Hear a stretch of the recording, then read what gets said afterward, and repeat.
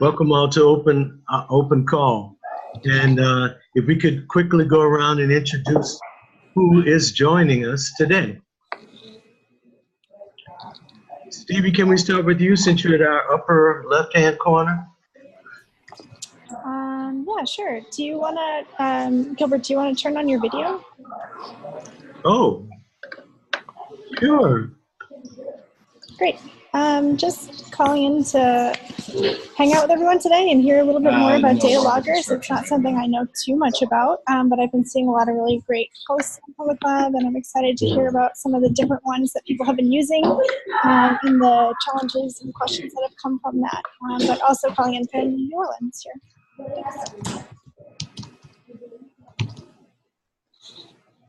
Okay. Nick?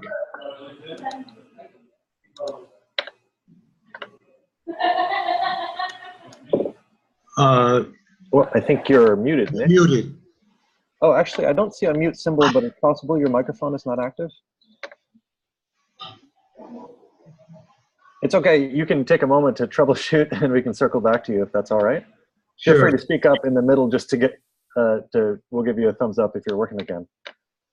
Thank you. Okay. Jeff, you want to go next? Cool. Yeah, I'm Jeff Warren from Public Lab on Public Lab staff. And I'm not working on a data logging project of my own, but I've been sort of talking with all the different people who have different data logging projects and trying to get folks to team up on things that would overlap a lot, like how do you set it up in the field or weatherproof it? How do you get the data off? What do you do with data? And just trying to find as many points of commonality across different platforms, given that a lot of us are using Arduino and things like that, so that we can all team up, even if we're on slightly different variants. Okay. Zen Girl. So Leslie Birch, I'm a community organizer for Public Lab. I think my last experience would be bootloading some of the riffles.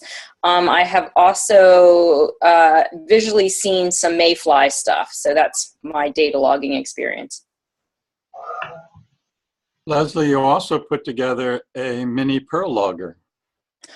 That's right. Okay, so I've got exposure to 3. That's pretty good, actually, now I'm thinking about it.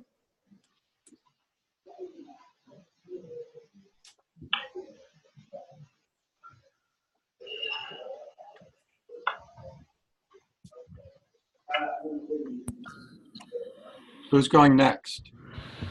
Chris? Okay, I'll go next. I'm Chris Fasty. I'm trained as an ecologist, but these days I just play with Arduinos. And I do data logging with Arduinos, not because I like data logging, but because I like data. Thank you. And logs. No, mostly data. Aren't you a forest ecologist? Sorry, I don't mean to interrupt. I mostly like data. It doesn't matter where it comes from.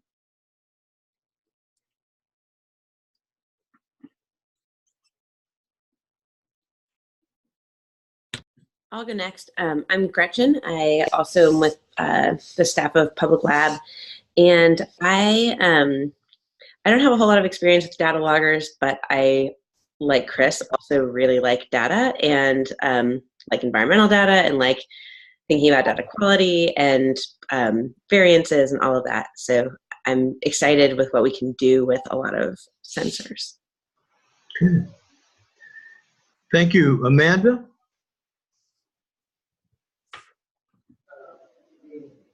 Okay, hi, my name is Amanda. I'm also on the Public Lab staff. I'm fairly new. I came on in early October as a KITS coordinator. And yeah, I'm also here for informational purposes. I've been shipping out some of the riffles, but other than that, I'm a new user. So it's nice to meet everyone. Thank you. Bronwyn? Great. So I'm also a member. Bronwyn, I think you're. No. Hello. No, you're good. It was my sound. All right. Apologies. I'm also a member of the Public Lab staff working on the KITS initiative and the hardware side. I'm also a huge data fan and a kind of new data logging sort of person. So I'm just excited to sort of hear about how folks are using these. I'm especially interested in how we can use our public lab infrastructure to kind of help connect people with stuff that they need. And on a personal side, I've got a couple of projects I'm thinking about for the new year that I'll probably be wanting to stick some data loggers into. So, so yeah, it's great to see all of you folks here.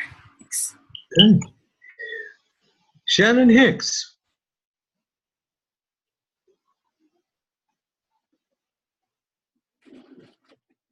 All right, does that work? Yes. Okay, cool. My mouse wasn't working there for a second. All right, I'm Shannon Hicks. I'm the research engineer from the Stroudwater Research Center, and I'm, I don't know, 4-year public lab collaborator person. I'm the inventor of the Mayfly data logger that I guess I've probably talked to just about everybody here about. Yeah, we just placed an order for another batch of them and puts us right around 1,000 that we've made now. So so now that we've hit the 1,000 mark, I guess they're here to stay or something. I don't know. So yeah, I'm here to talk about Mayfly that we use, and also to hear how other people are using other loggers, if there's other ways that we could contribute to some of the other platforms out there, or to help people understand what we've got with our the board that we have here. Thank you. Delighted to have you here. Gilbert Roshan with Public Lab for the last 6 months, and transitioning from using data loggers, if you will, to log in data from orbiting satellites. But in the meantime, here at Public Lab, we've got an array of users throughout our network that have been using Riffle, Mayfly, Mini Pearl, and Nano. And in addition to which now, if one looks at the array of data loggers that are commercially available, they range in price from the Adafruit 1782 at $4.86 to the DataQ Industries data logger for 200 channels at $2,945. So there's a wide range, and I think that with this group, we have an excellent opportunity to hear how people have been using loggers and what experience you've had, and how we might be able to collaborate on mutual projects. So with that, the floor is open. So Nick, are you back locally? There's a couple more people on, Gilbert. There's I didn't see Chris, them. Dave, and Keith. Oh, let's see.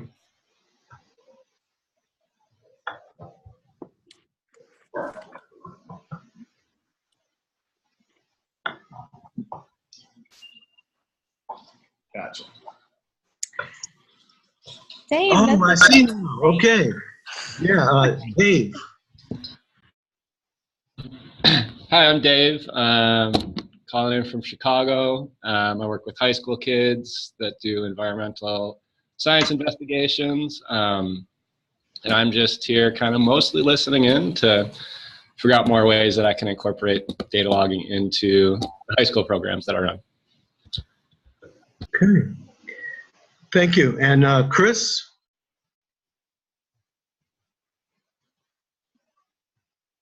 Chris Hayward. Yes, I'm Chris Hayward from SMU in Dallas, and I'm a seismologist who dabble around in Arduinos. Okay. Nick, is your microphone operational? No. Okay. Well, we'll you enjoy. can type in the comments too, Nick, if you want to introduce yourself on the comments.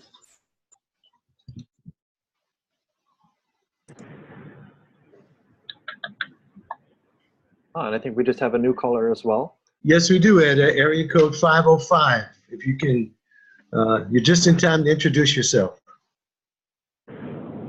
I assume that's me. This is Dave Robinson. Yes. Hello, Dave Robinson. Okay, I'm on the road, so I may suddenly drop off as we go through a pass here. So my apologies.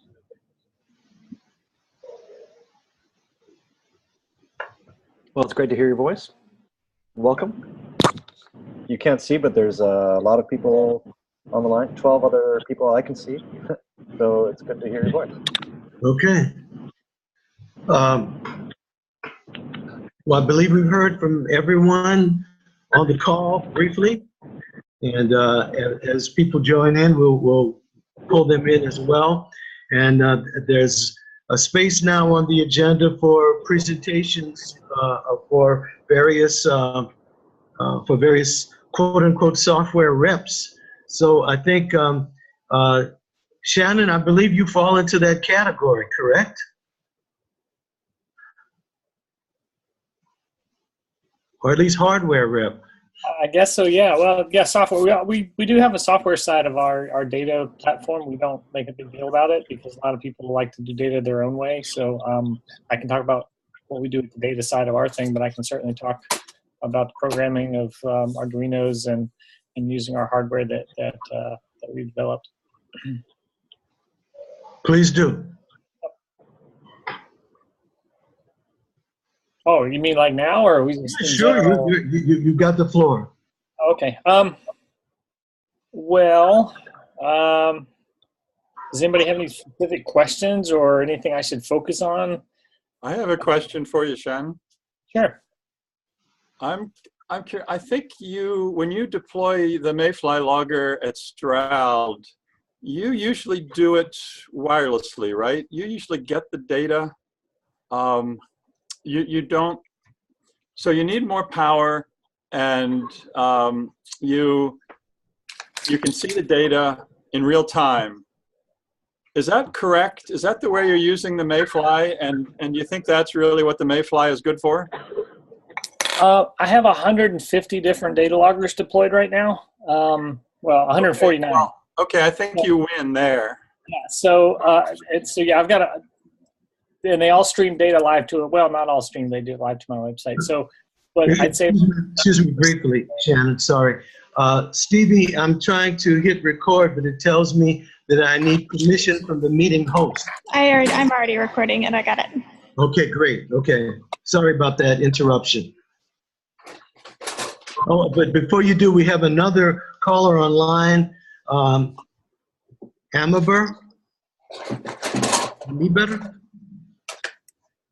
A-M-I-R-B-E-R. Amir, I think, is actually someone I recognize from the website. So if you can unmute, welcome. Yeah, hi. Hello. Yep. Hi, Amir. Hey, nice to see you all. I hope that the image is passing as well. So I'm happy to be able to join you. And I guess I'll be mostly listening. Yes. And so my name is Amir. I'm from Israel. I work in a company called Mobile ODT, and I've been a supporter of the public lab since the Open Spectrometer project. But recently, I've become very interested in air sensing data as well. If you want to hear, I'll be happy to talk a bit about the.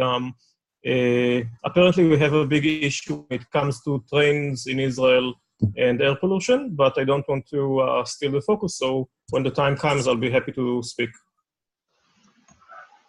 Thank you. And Sue has also joined us. Sue, if you can unmute and introduce yourself. Sure.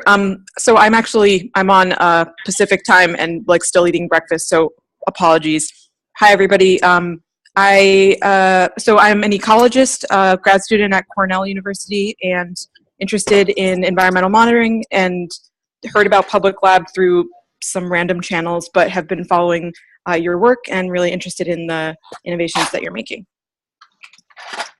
Thank you. Glad to have you with us. And Shannon, my apologies for interrupting you, but the floor is yours again.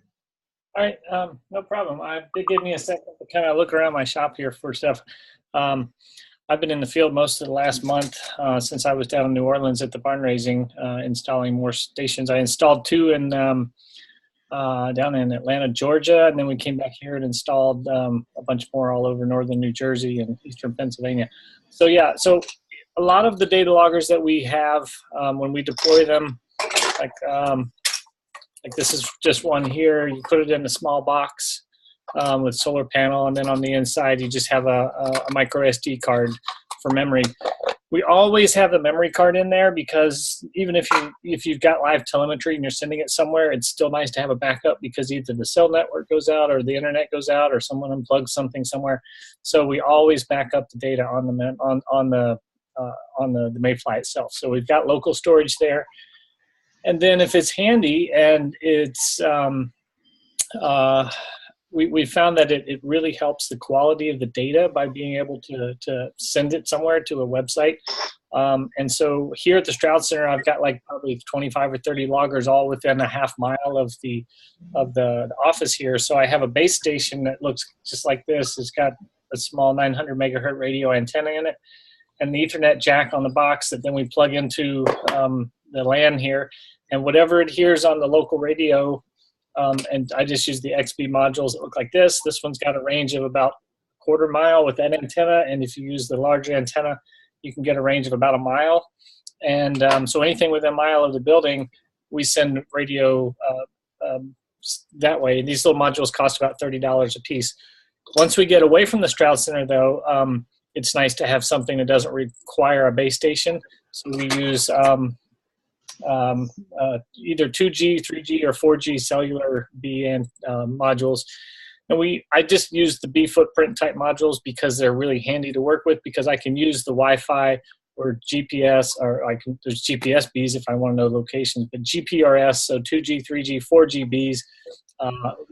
We have Bluetooth ones, we have Wi-Fi ones, and then the radio 900 megahertz or 2.4 gigahertz. So it gives you a wide range of telemetry options, all with the exact same 20-pin footprint on there, so you don't have to come up with a bunch of adapters to get those different types of radios to work with your board. So that was the reason I decided to go with the B footprint. But yeah, in general, if you've got like 3 or 4 or 5 stations all within earshot of one location that has internet, it's best to have it's cheapest to have the little radios and just sending it to a base station. But once you've got like just 1 or 2 stations out by themselves, it's a lot easier to put a SIM card in it. The data plan we use is like $5 a month, and so it just sends it to the web that way every 5 minutes. So it kind of just depends. And then there's some areas where we're out in the middle of nowhere in Amish country, Pennsylvania. There's no coverage of anything, of any sort of internet or cellular or anything. So we just rely on the memory cards, and someone goes out every 2 or 3 months and retrieves the data that way. How big a battery do you need to get the Mayfly to go for 3 months? It depends on what kind of sensors you have powering it. The Mayfly sleeps when it's not taking a reading, and it will basically sleep for almost, I wouldn't say forever, but for years, if even on a small battery. But the typical stations, we use this 2-watt solar panel. It's a 6-volt 2-watt panel. We also have a 3.5-watt panel, which is across the room right now. It's just a little bit longer. And that panel paired with a standard 2000 milliamp hour LiPo or a 4400 milliamp hour LiPo, these are like $15 and $20, something like that. So they're pretty cheap.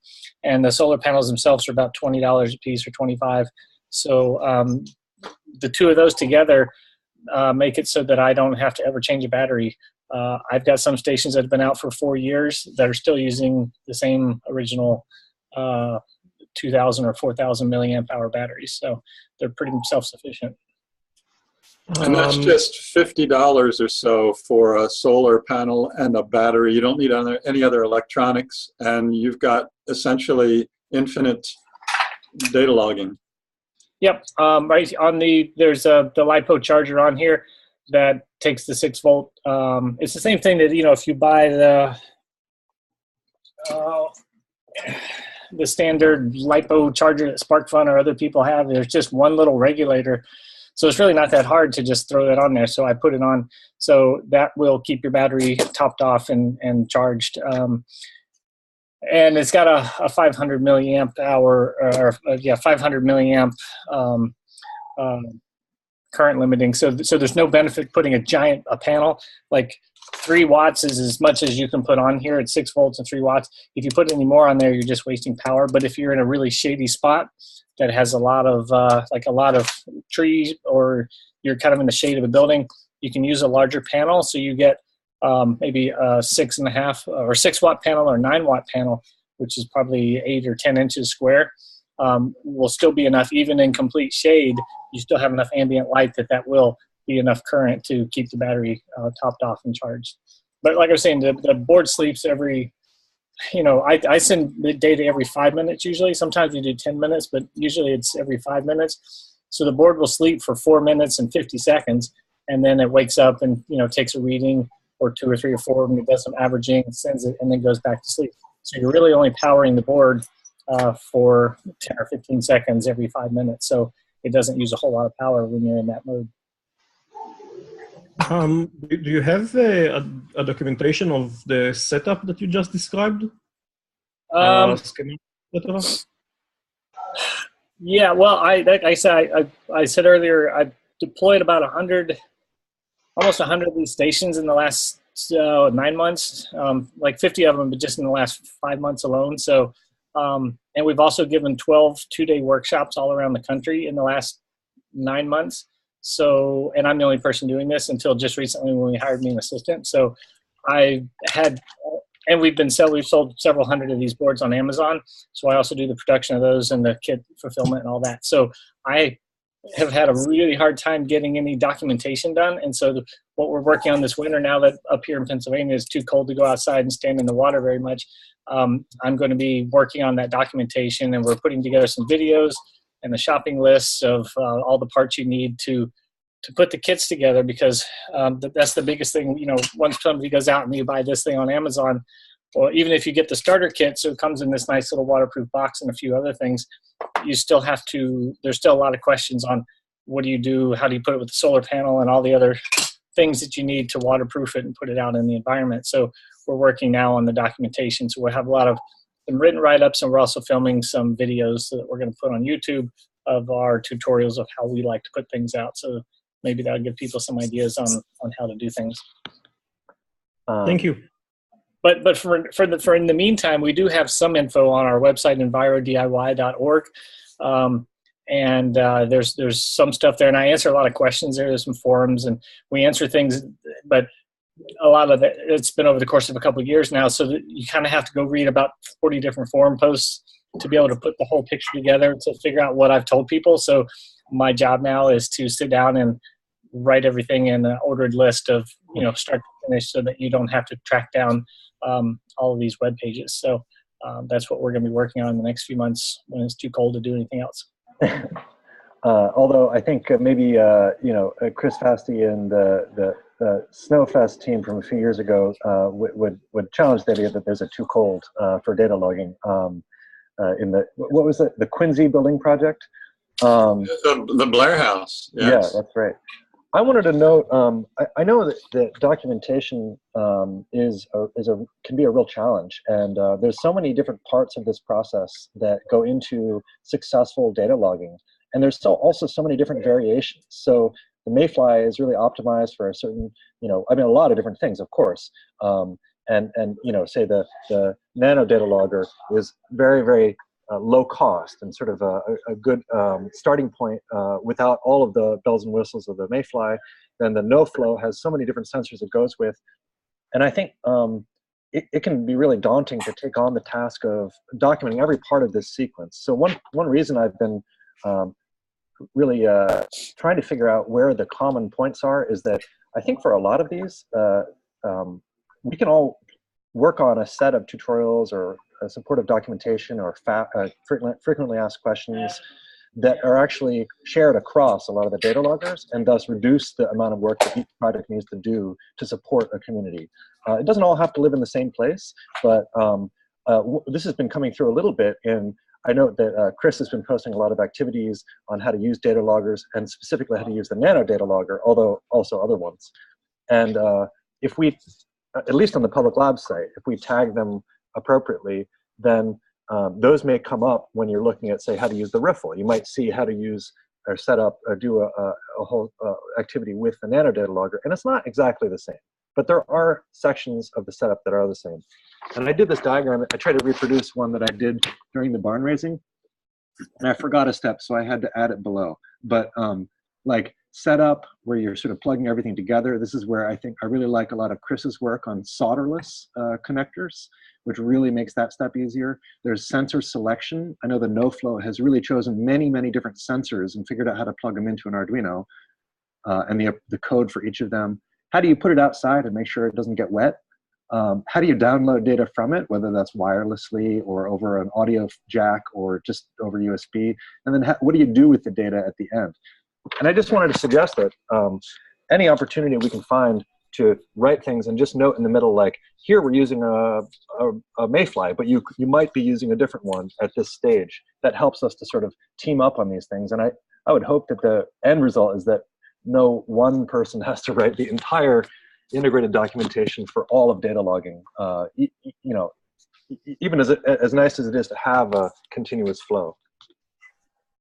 I just wanted to add on to that of what you're saying, because something that I've been experiencing is so often the people that are having the environmental issues, that once they realize that it's possible to censor something, then they get overwhelmed even if they see a tutorial, because you almost need the before step on your chart. Like the first chart is, what if I don't have electronics or Arduino experience, and then what? Like, how do I either connect with someone that can help me with the project or whatever that next step is? Yeah, like the onboarding. And, even if people start out with a simpler one, it doesn't mean they're going to be using that their whole life. That may just be their first foray into data logging. I think one of the bigger onboarding questions is it possible to collect data about what I'm interested in with one of these loggers? It's very easy to collect temperature and humidity data. Arduinos are just the king of that. It's very cheap. You really can spend $10 and get a good temperature record. Good enough, that is, accurate enough for what most people want it for. But if you want to do what most people want to do, which is figure out whether there's lead in your water or the nitrogen content of your pond or your soil, it's very difficult to do those type of measurements with an electronic device. Either it's very difficult or it's very expensive. So it's probably a good idea when introducing people to the topic of data logging, environmental data logging, to point out that some things are really, really hard to measure with one of these devices, and some things are really easy to measure. And somewhere in between there, you can buy a $5 sensor for temperature or light or an accelerometer, and use that to find out what you're interested in learning. So you can use a light sensor to can't think of what you could use a light sensor for. But you can use one of these cheap sensors to get some idea of the more complicated issue you're interested in. So you can save money, but you got to be pretty clever, and you got to have some experience. You have to have some idea of what these little $5 sensors will do for you, and that's a big hump to get over. Maybe that's something that Public Lab can contribute to.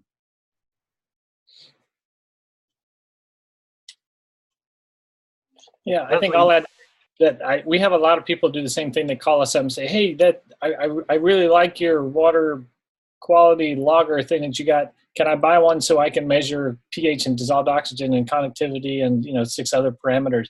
And we have to remind people this is a data logger. It's just a logging platform, and this is not the sensor. It's up to you to figure out what you want to measure and what suite of sensors are you. So even before you think about what you're putting on the shore to record data, you got to think about what are you putting in the water to measure data, or are you measuring soil, or are you looking at weather or air quality or whatever. So it a lot of times I think it's easier. I think the better approach, and even if because people call me up and say, hey, I want your platform to do some stuff, and then after a while I say, hey, actually I'm going to say don't use the Mayfly, use something else, because the sensors that they want to use would be better paired with a different type of logger platform. And so I think the first question should always be, what are we going to measure? What are we looking for? What question are we going to answer? And what hardware are we going to use to find that in the field? And then once you've identified those sensors, then you can think about what we're going to hook up to them to record it. And then you think about things of, are we going to transmit it or save it or print it or put it on a card or whatever. But yeah, it's a little weird because people think of us as just pushing data loggers on people, and we're really not. We really want to help people make an educated choice about the sensors and the electronics that you are trying to hook to these loggers first, and not necessarily sell people a logger and then come up with a reason to hook something to it and put it in the water. So, but that's just what most scientists do. And so sometimes you get people who have, and I think Jeff's little diagram of the proper order is the right way to think about things, making sure people follow that flow chart of the right order in which to do things when identifying the problem.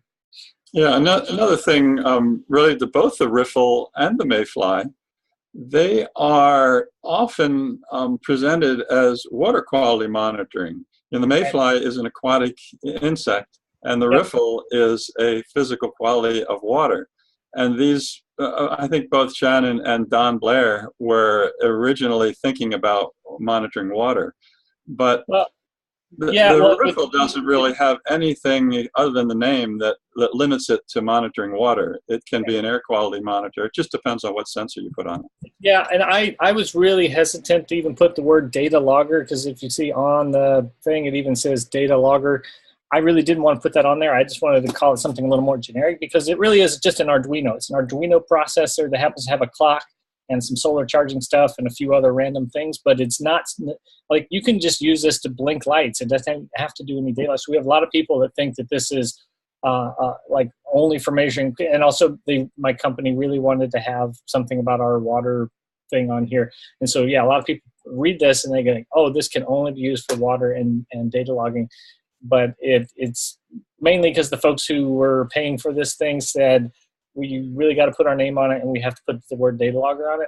But yeah, with the riffle, you could do completely different stuff besides measuring water with it. But I think, Don kind of had the water idea in mind, and I was kind of forced to by the people who were paying for this whole thing. So that being said, the next version of the mayfly, maybe we'll call it something completely different, just to kind of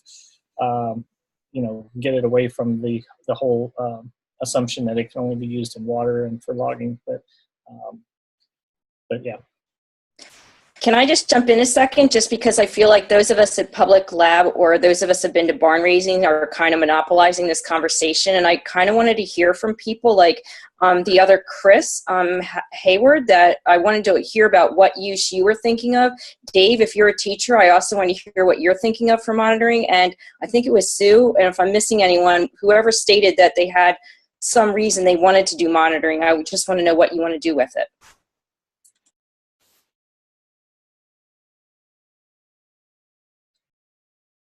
They don't want to tell you. This is Chris Hayward. I have trouble figuring out where the unmute button is. I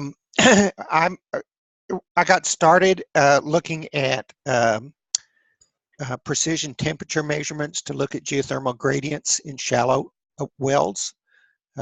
We do that now with a platinum thermistor, a platinum resistor, and actually log the well up and down, and then leave and come back a year later. And the thought was we would like to monitor it over some period of time, because it gives you an idea of what the climatic temperature is. It averages the temperature for you. And you can kind of go back in time as you go deeper. The problem is that there aren't a lot of wells in the right places. And so we started looking at driving a well with a 1.5 inch pipe, and the inside of the pipe is about 1 inch. And what we wanted to do was be able to drop a logging string down that pipe that was maybe somewhere from 10 to 100 meters long, with a bunch of temperature sensors up and down it, and then walk off and leave it. And when money permitted and you were in the area again, you'd pull it, and if it turned out that nothing interesting had gone on in that area, you abandon it. And so the logger, ideally the logger wouldn't have a solar panel, so it would be completely self-contained, and it would just sit there and run for, maybe a year or two, and then at the end of that year or two, if you come back in the next couple of years, you can retrieve it. So that's kind of what started us on it. We're also looking at using it for infrasound, and in that case, the sampling rate's 100 samples a second, so it's a little bit different from what you're doing for water quality monitoring. And that the timing has to be precise, so we have to have a GPS clock on board too. But again, the idea is if we do it inexpensively, we can leave these things out there and only come back and visit them when we think there's something interesting that's gone on.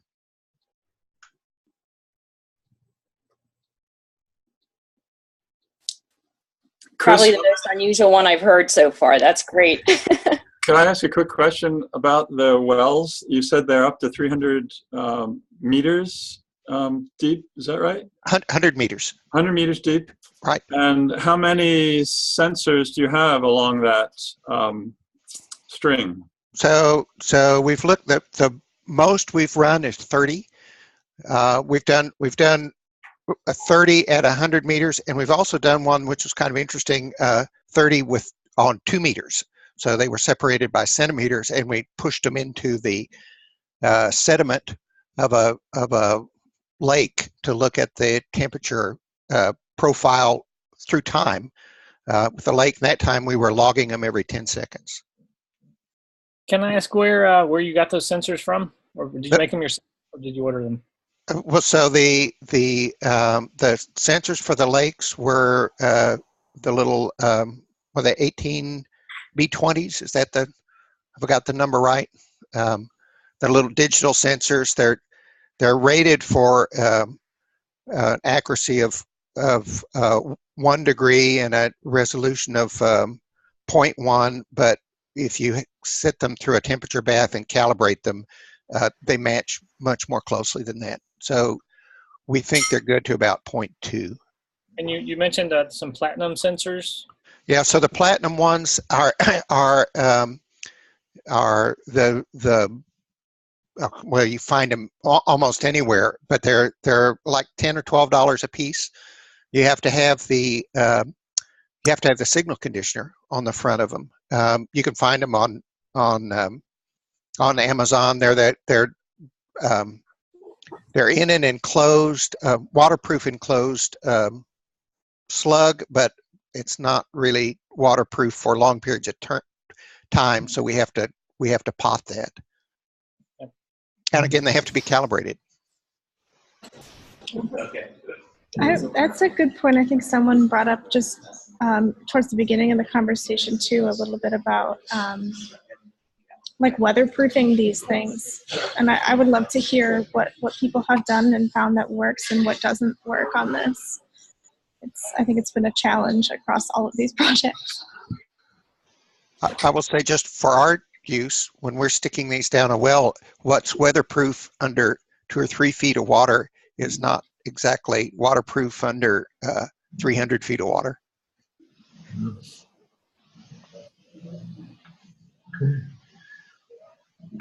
Thank you. I actually know there's a company in the Netherlands who builds custom platinum redox probes for looking at oxidation reduction potential stuff. Usually we do in a lot of soils and sediments. And we've worked with them for a number of years, and they used to just have basically multi-element platinum probes that you could put in the ground for doing the ORP, but then he started embedding those DS18B20 temperature sensors in there also, so you can get custom lanes. We've done 2 and 3 meter ones, which is around here it's hard to drill a 3 meter hole about a 1/2 inch diameter using some long bits so that we could insert them into the floodplain for studying that. But it's a company called Paleoterra, Paleoterra, and it's a really nice guy that I've been working with for 5 or 6 years now in the Netherlands to design custom platinum redox probes and also different temperature probes and things for that. And I also know some people who are trying to do some some work in the Great Lakes where they want to put buoys with temperature sensors on basically, long strings for dozens of meters into the lake to get temperature profiles.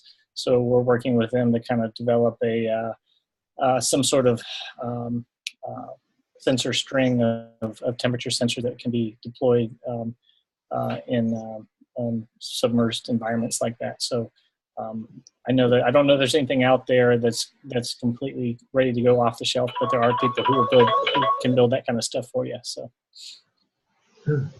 thank you.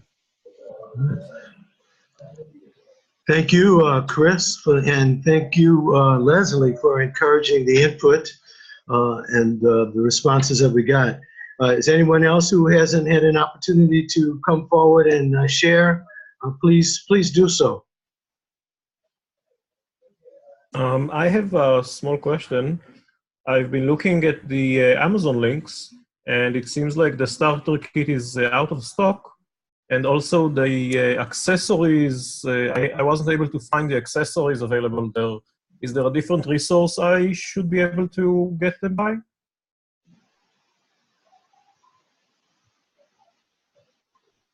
you mentioned Amazon. I guess, are you talking about the Mayfly or something else? Yes, the Mayfly.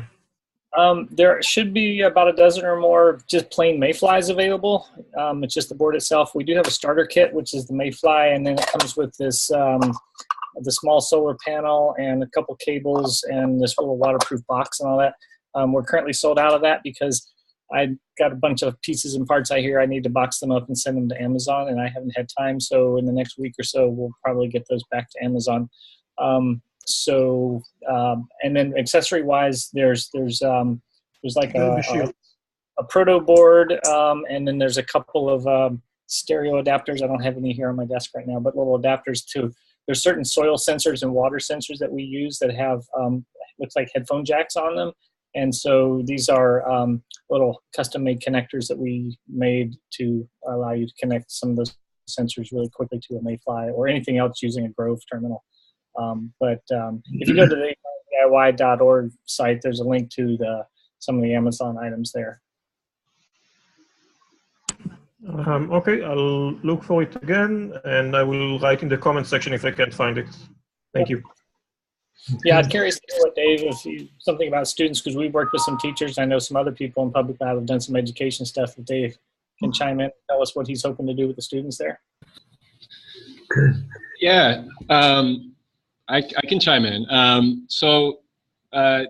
What my students really do is they kind of they're designing their own inquiry projects. So like it's kind of non-specific. And so it could have to do with air, water, or soils. And kind of like, what I'm interested in, which is I've come to realize is not really feasible, is kind of sort of like the sort of plug and play option, like here are the set of available different types of sensors that you can use. I'm interested in, pH. Here's the pH sensor, plug it in, get it going, and get accurate calibrated readings, which I know is just not feasible. So that's kind of where I'm at. And, I've had students try to attach different sensors, and they usually run into just issues with getting it up and running. There's kind of the near sensors, which is kind of this sort of plug and play thing, but that's really pretty expensive. So that's kind of where I'm at, if that helps clarify things. So your students are using Arduinos, and you have to be the one who makes sure they know how to use the Arduino. So it's really up to you to be on top of how the sensor works and what they can expect for battery life, and all. You have to have done this. You have to be an expert in it in order to run a class. So that's where you are. Yes, and I'm not an expert at it. And so, like students might be interested in like air temperature and dragonfly abundance, so that's where data logging and sensors could come into effect. But we could also just go around with, our digital thermometers that we have, get those readings and plug them into our data forms as well. So I guess in an ideal world, there would be like a list of like, here's a set of like semi-accurate sensors, and here's the easy way to attach them to a data logger. But I think that's still a ways away. I think also even before the sensor aspect, there's like, this is something that we were kind of exploring at the last regional barn raising, was that the loggers themselves have different onboarding issues in terms of like how hard it is to get them to do, you know, their first form of logging. And I guess I was wondering, like, how did you choose which logger to go with? And then, like, besides the sensors that are built on top of that? That's a question for me. Yeah. Okay, cool. Yeah, I mean, really, it was kind of like looking online, and a lot of times I'd kind of try to put the onus on the students, so they would kind of look for like, oh, I want to like create this camera trap, you know, so they find that online, they find the different components, they tell me what they want to order, and then I order the parts from them and kind of leave it to them, and that's where they run into issues. So yeah, and I mean, because I'm working with like anywhere from 15 to 30 students at a time and multiple projects, I don't really have the time to do a lot of research for them. I just kind of like check through things and let them kind of play with it and prototype.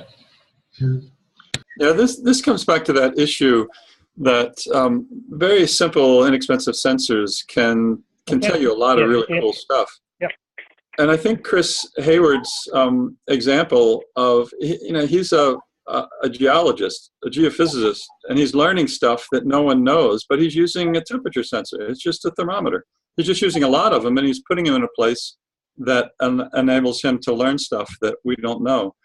And I think there's some other good examples of that. Very, you know, these $5 sensors for light and temperature and humidity and barometric pressure on accelerometers. You can be really creative about how these things tell you stuff. You know, I've got a spring house I've been working on, and I figured I might want to monitor the depth of the water. It's, you know, 5 feet by 3 feet by, there's 3 or 4 feet of water in it. And I want to know how that water level changes. So, you know, and I'm not going to spend more than $10 on a sensor to do this. And I've already got a whole pile of sensors. So I'm trying to figure out how I can do this for $10. And I think I can figure it out. Unfortunately, I'm also really interested in using radios to get the data live, so I don't have to walk up to the spring house every time I know what the water, want to know what the water level is, because if I did that, I could look at and see what the water level was. So I think that's, especially for student projects, you really have to introduce this idea that you have to be really creative with a few simple sensors. And you can still learn really interesting stuff about the environment or whatever it is you're trying to study. And I don't know what to do about that idea. You know, it's a concept it's kind of easy to describe, but I think, Dave, what you should do is like come up with some specific questions and post them at Public Lab. It would be really fun to brainstorm how a student could learn something about this thing with a $5 sensor. I think that would be a really good exercise. Okay. We've got 2 new participants. One at area code 302, and the other described as dark nebula. So please feel free to introduce yourselves. The 302 is Shannon. She switched over your phone. Ah, okay. All right. Dark nebula. If you can unmute and introduce yourself.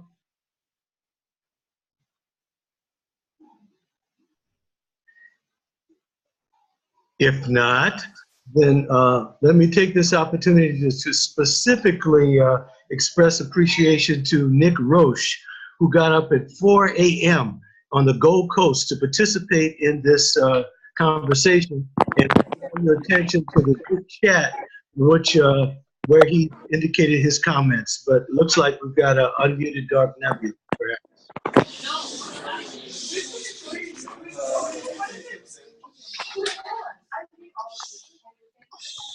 Dark Nebula, I think we can hear you all right. If you want to say anything, introduce yourself. Yeah, and there's a wedding picture here. Oh, that's Well, let's type in the chat as well. I wanted to mention, I've heard a few people talk about the difficulty in choosing and comparing sensors, how much they cost, and how good they are for a given purpose. And I think we have a page that hasn't been updated that much recently, but where we're collecting a bunch of different water sensors. And I think this is the kind of page, I'll paste in the link, where potentially we could team up to sort of add information about where to find these sensors, how much they cost, limitations, and there might be like a lot of good steep learning curves we can talk to each other about to do this. I also know that a lot of the sensors in there are off-the-shelf commercial sensors, which is kind of neat that you can take like a sensor from a catalog and plug it into an Arduino, or take a more circuit board not ready for just point and shoot, and plug that into a commercial data logger. And there's some good modularity around that too. So Dave, as you come up with questions and so forth, I'd be happy to help you get those posted in different places, so that as people try things out and prototype them, they're sort of working towards some of the goals that you have, and anyone else on the call as well.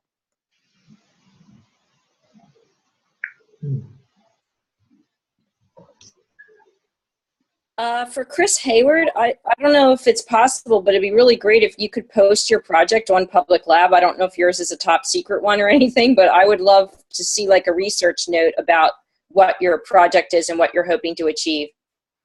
Okay. All right. We've got 9 minutes left to this hour. Are there other burning questions of people who either haven't had a chance to comment, or responses to those who have? I'll jump in because I've been pretty quiet, but this discussion has been really great. I'm coming from a perspective of kind of environmental research, ecological research, but I'm interested in learning more about kind of cheap and simple sensors that can kind of upscale the spatial extent of large research projects, particularly focusing on the relationship between different global change drivers, from temperature to CO2, and looking at kind of how we can involve people in communities at the urban, rural, suburban interface to upscale spatially those types of projects. And so I'm not really familiar with all of the different types of sensors, and the documentation that is being discussed and will hopefully be available sounds ideal, because it's kind of a, though it's somewhat simple in terms of maybe the parameters that we want to look at. To me, there's a lot of just black box areas about what different pieces you would need to start from scratch, or what commercial companies are good or reliable in terms of quality if you don't want to start from scratch. So yeah, I'll definitely be looking into what's posted after this conversation. And for organizing's sake, what are can we, anyone who puts anything in the comment section, I'll put it on the archive for OpenHour, or just if we want to say now where we'll be organizing some of the material, or where we are.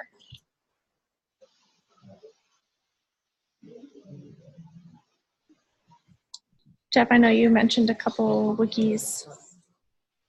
Yeah, I have a short list I'm happy to share. I've been dumping them into the chat, but I have them listed up as well. Great, thanks.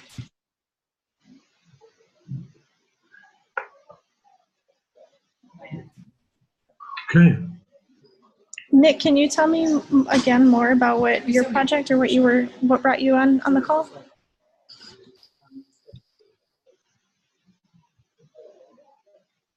Are you, oh yeah, you have the mute problem, right? Right, he's doing it on chat. Okay. Thanks.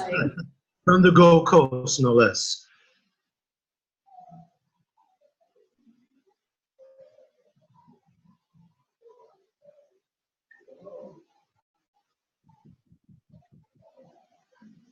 And for those who express some interest and follow up, the video of the is available, correct? Or audio is available.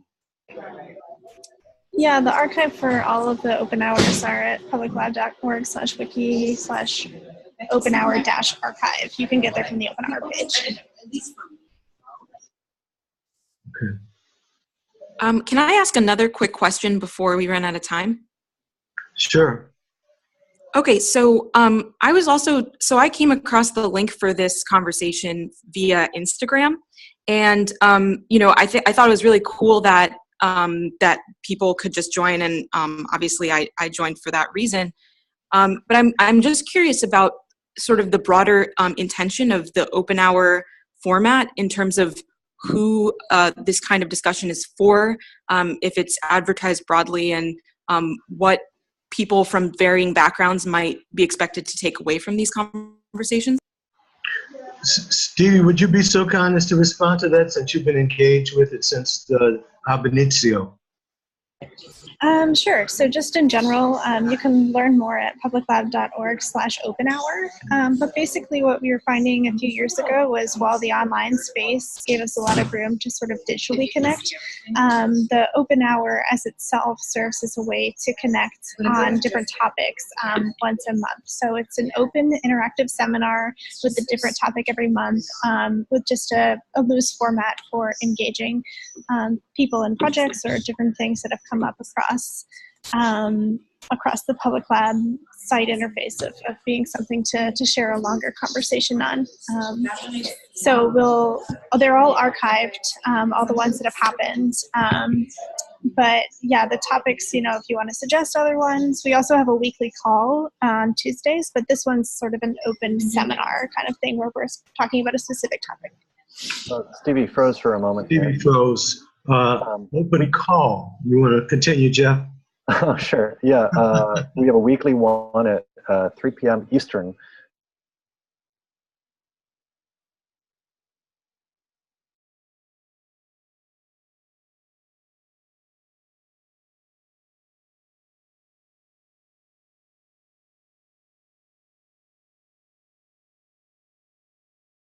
Like reasons to have entered the conversation. We're often trying to strike a balance between conversations where we're really bringing people in and broadening the sort of community participation on a particular project, and also ones where we're sort of troubleshooting sort of stuff that's in the middle of a big project or that's sort of at other portions of it. And I think the different types of subjects we get into on Open Hour it's kind of nice. It's reflective of that. This one happens to be pretty in the weeds on all the different aspects of the sort of complex story that is, trying to collect data electronically. But just for what it's worth, that's a fairly small slice of the different sort of things we get into on open hours. Okay. Cool. Thank you very much. Thank you. Good. Yeah, and thank you.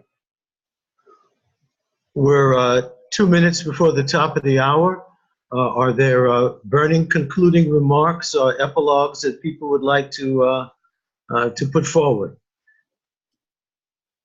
Jeff, did you already post that great document you put on the site that compares the different like sensors, or I should say data loggers?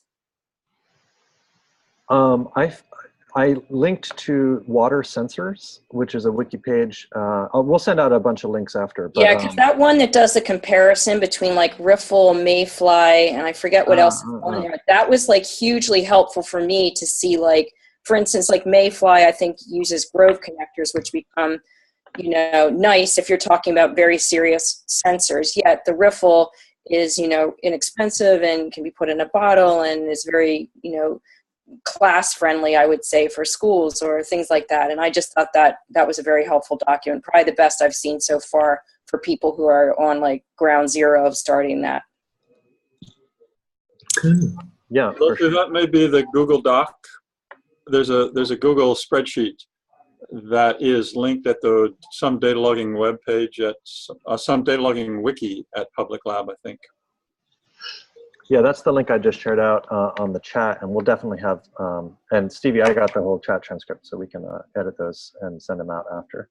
But yeah, and actually, just maybe as a closing note, there is this post that Parts and Crafts put up about building microscopes, and it has a diagram that was sort of like a really nice one where it's called the breakout diagram, and they showed sort of all the different parts of a microscope, a DIY microscope. And maybe we need a page that will help people navigate what is the data logging part of this equation, what is the sensor selection part, and the other, so that you can sort of see how they fit together. Because when you land on one of these pages, it's a lot of information pretty fast. Well, we're at the hour. I'd like to sincerely thank everyone for an informative and spirited discussion, and look forward to hearing and seeing you on subsequent occasions. And I'm hoping that the next teleconference on SANFRAC will be 5 minutes delayed. Okay. Thank you very much, everyone. Thank you. Bye, everyone. Thank you. Thank you. Bye-bye. Thank you.